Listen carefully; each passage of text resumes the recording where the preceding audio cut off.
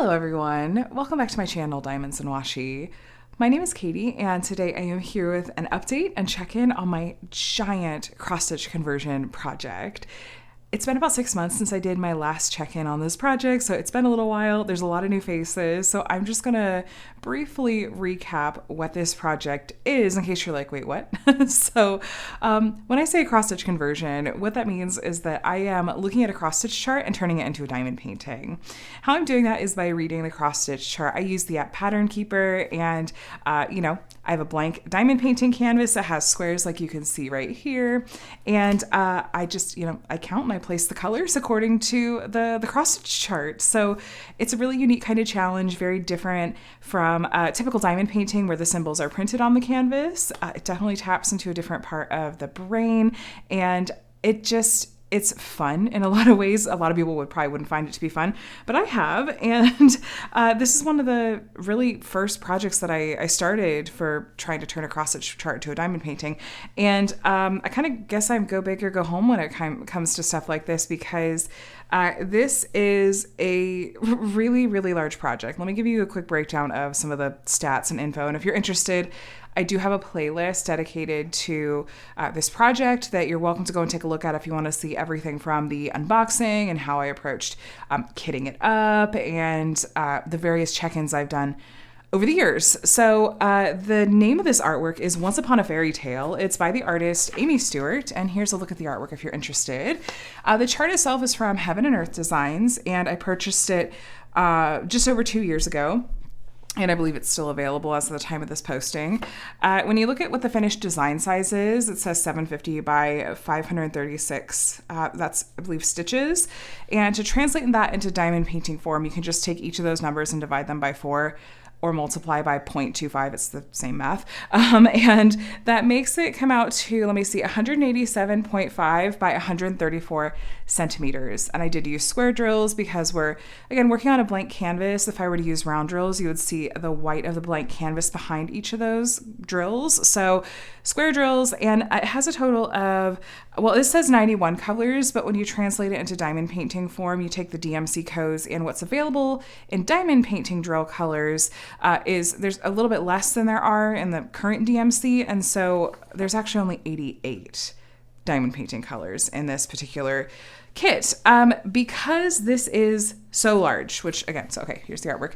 Because this is so large, and we're talking 187.5 centimeters wide and 134 centimeters tall, that the logistics of working on a project like that would be a little bit of, they'd be complicated. I was going to say a nightmare, but I'm trying to not to catastrophize. It would be a lot, especially with the space I have to work with. So what I decided to do was to break it down into different panels. And this is one of Amy Stewart's kind of shelf style pieces. So it was kind of a no-brainer to just divide it by shelves horizontally. And then I went ahead and divided it down the middle as well for a total of 8 panels. And each of the 8 panels is 93.75 by 33.5 centimeters. So, that's that info dump on the stats if you're new. Like I said, I started this project. I laid the first drills on the first panel of this project on July 27th of 2022. So it's been over 2 years officially at this point. My last update and check-in was on February 24th of 2024, and it's currently, mid-late August of 2024, so it's been 6 months.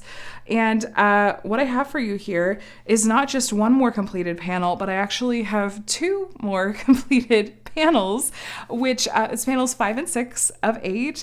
And as of my last check-in, I was at the 50% completion mark. I was officially halfway done with the project. And surprise, I am 75% done with this project. I've placed over 300,000 diamonds.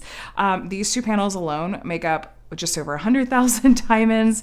And I am really excited. I feel like I was going back and watching my last check-in video just to kind of refresh my memory on some things I talked about in that video. And I feel like my mood in that video was a lot lower. I talked a lot in that video about how I came out of finishing the 4th panel and had kind of an emotional crash. I had such bad diamond painting burnout that I didn't diamond paint for several days, which is extremely unusual for me. And I was just trying to kind of come to terms with why do I have these emotions? Where are they coming from? Like, how can I mitigate this? Because I don't want this to be my experience going forward. And the good news is I don't feel any emotional crush or burnout. I actually feel like I really badly want to start the 7th panel ASAP. So, before I kind of dive more into that, let me actually show you a bit more of these particular panels. So these 2 panels comprise the 3rd shelf. So panel 5 is this section right here. Panel 6 is this section right here. So I know they're stacked on top of each other, but that's just the way I could fit it in frame.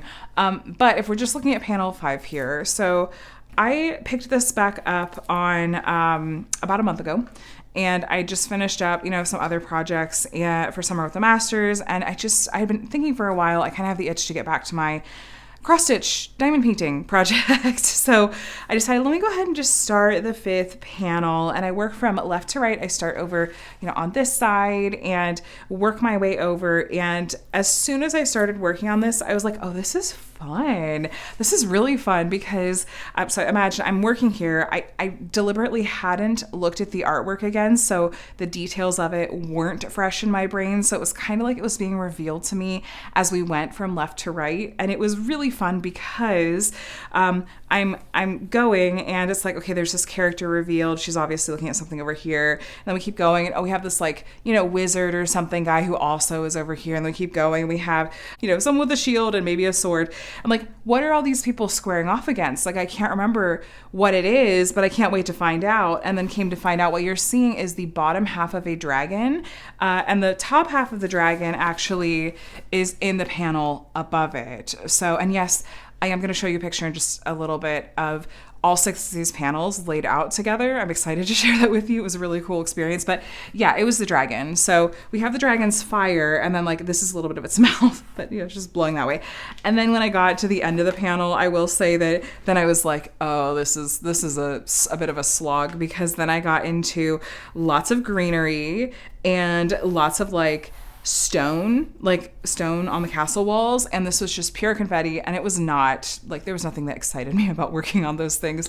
Historically, I don't like working on greenery. I find it to be really tedious, and I mean, stones on castle walls, meh. I mean, this hanging banner was really cool, but overall though, I loved working on this panel. And what happened was I got to the end of this panel and I was looking at my drill containers. I didn't grab those. I wasn't thinking. But I basically have the drills for this project stored in 2 Elizabeth Ward style trays. But I have a big bag of overflow diamonds that wouldn't fit. So it's all of the 310 in this kit. Was there over 20,000 310 drills in this whole chart? That wouldn't all fit into these storage containers. So I just had filled up, a large size Elizabeth Ward container with as much 310 as would fit in there. And the rest I just had in a Ziploc bag, and I would intermittently refill the containers of, any colors that hadn't quite fit in those trays.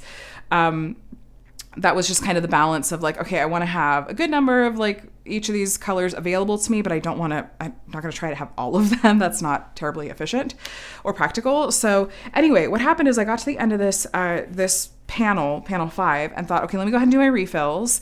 And then I'm going to go ahead and kit up another project, and this will just be ready to go when I'm ready to start panel 6.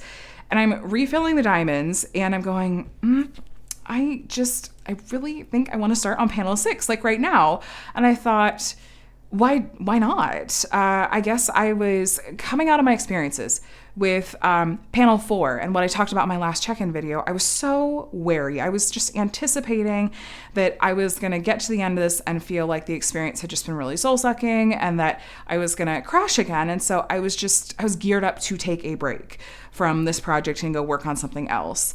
So it took me a day or two to sort of come to terms with it and go, I feel good. There's no reason I can't go ahead and just start panel 6. And so I did. So this is panel 6. And I'm going to just be completely honest with you. I thought that this was possibly the messiest, rendering-wise, of any of the panels I've worked on so far.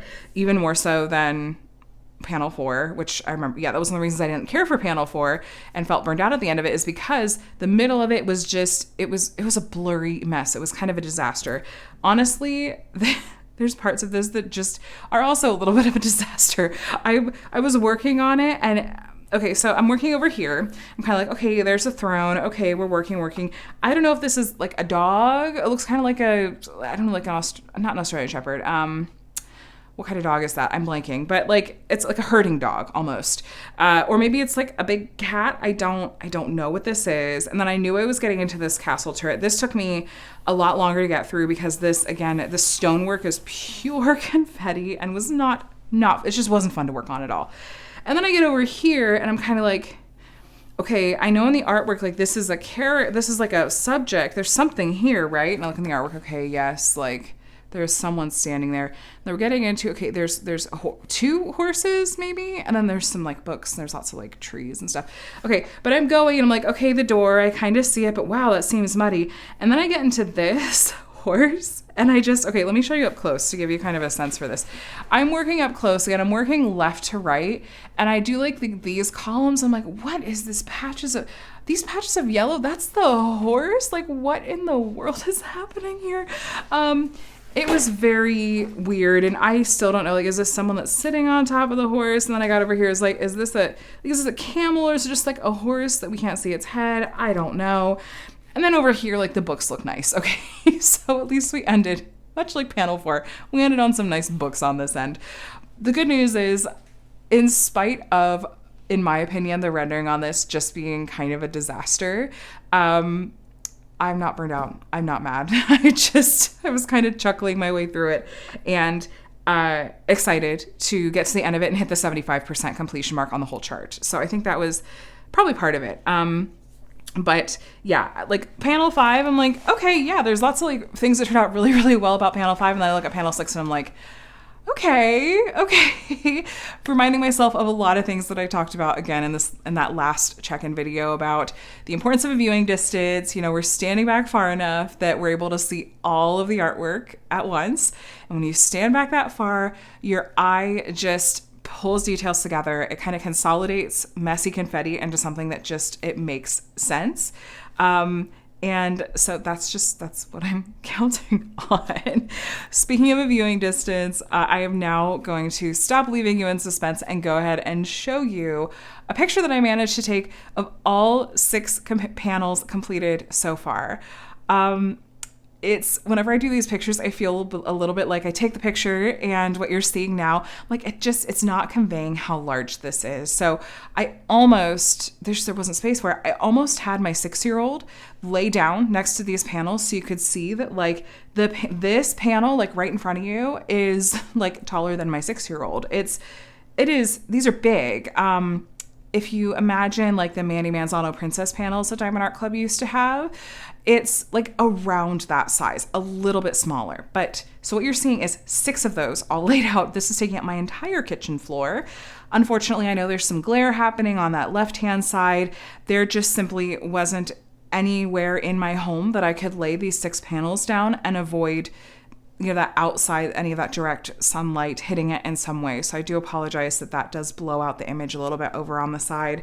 And I really, truly don't know how I'm going to take a picture of all 8 when all 8 are done. I think I'm going to have to go out to my garage and like lay a tarp down or drop cloth and take the cars out of the garage and just do it in there. Stand up literally on a ladder so that I'll be able to stand up high, like get up high enough to take a picture to get all 8 of them in frame.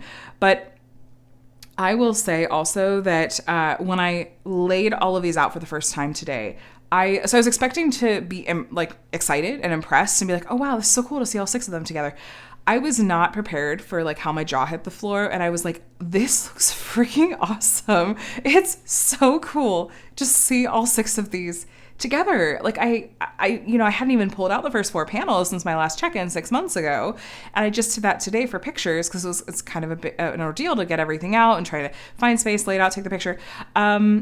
And I love it. I was so happy and so excited to see all 6 of these panels laid out. I'm like, this is really a really darn cool project. And I'm starting to see the payoff. Like I'm feeling a lot of the payoff in a lot of ways. So I hope you enjoy getting to see all 6 of these panels together in one spot, like I am. As far as just some of my other thoughts about this project in general, and my approach to working on it, my approach to working on this was to go ahead and work on it in sets of 2 columns at a time. And when I refer to like columns, the way that Pattern Keeper and like the chart kind of breaks things down, let me show you actually without showing you too much of the chart, is... Let me break this down.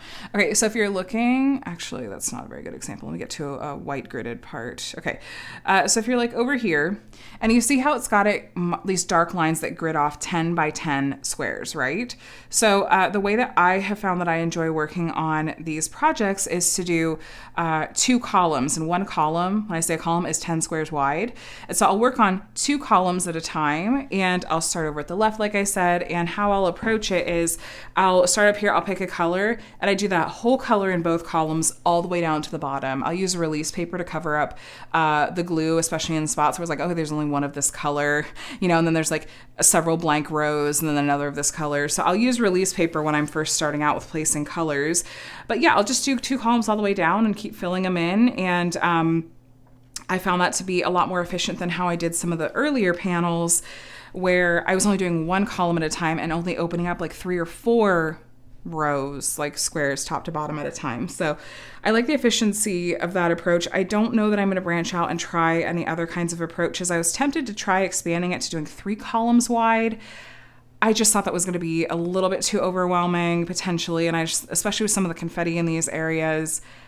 So I just thought, let me keep it to 2 at a time. That's working for me. I feel like it's moving along. Now, I do really enjoy, in general, using Pattern Keeper because it does tell you, okay, it's going to try to flip because I don't have it locked orientation wise, but I like that it tells you how many drills you placed on there it went, on the whole project, as well as the percentage completed. So you can see that I have placed 301,500 drills out of 402,000, and I'm at exactly 75% completion. So Pattern Keeper has been a lifesaver. I literally cannot fathom doing this as a paper chart. I know there's people that do, and I think that you guys are superheroes. I cannot imagine it. Pattern Keeper has been a lifesaver.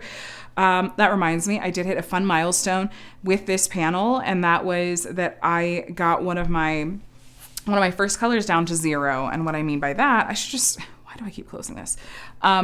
What I mean by that is that if you look over here, so the 606 is the DMC code, the 1165 is the number of drills left I have to place in that color on the chart. So there's 1,165 left of that color that I'm going to be placing on panels 7 and 8. So I did 0 out my first color, and it was this kind of dark red color that there wasn't a ton of in the kit to begin with, and it was just basically exclusively in this throne. So that was a fun milestone. I'm excited to, as I get into the next couple of panels, see which other colors I get through, next.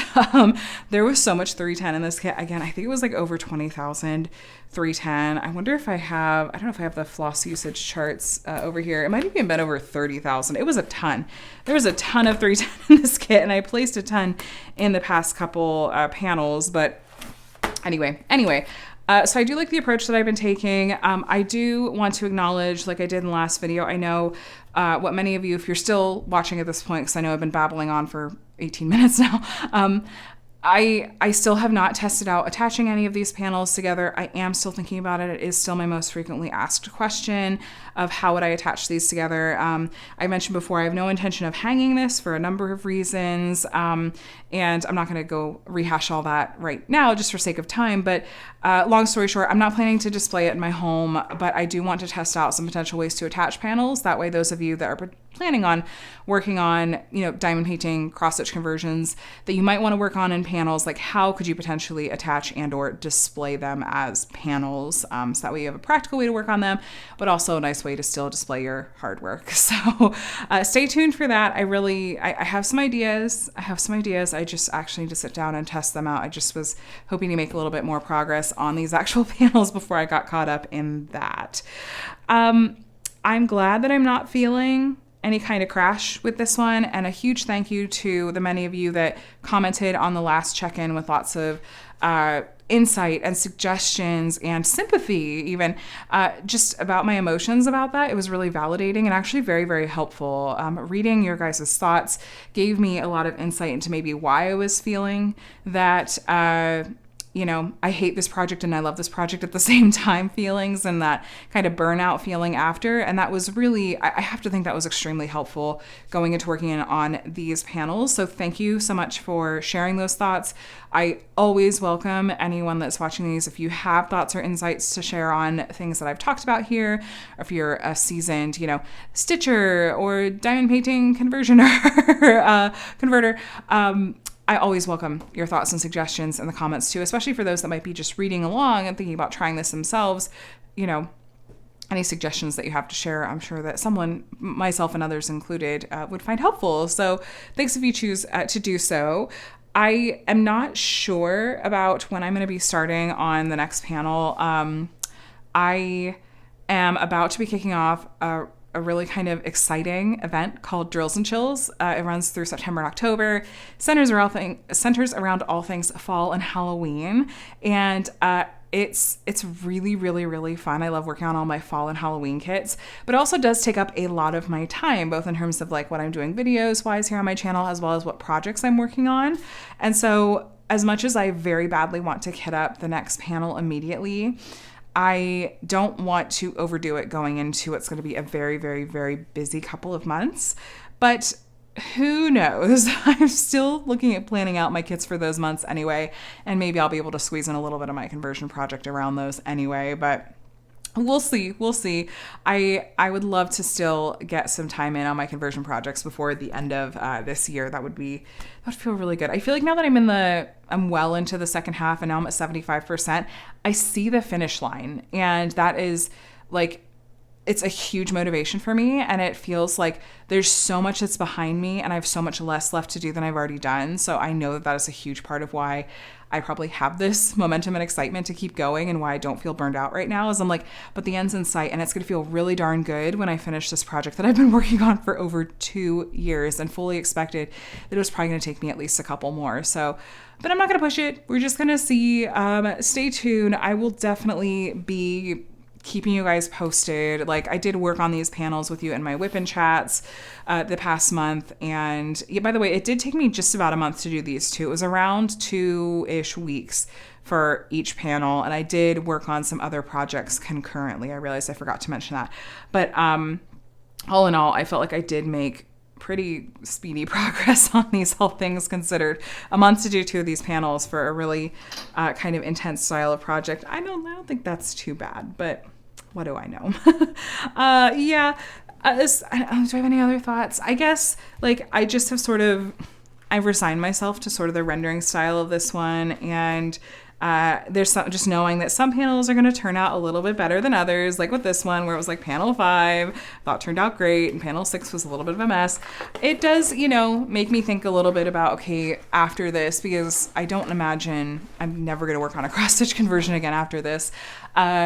I just imagine that I might kind of gravitate towards shops that do more hand charting, maybe like smaller scale shops. I'm not sure, but I think that might be more enjoyable. It's something I'd want to really try out a little bit more.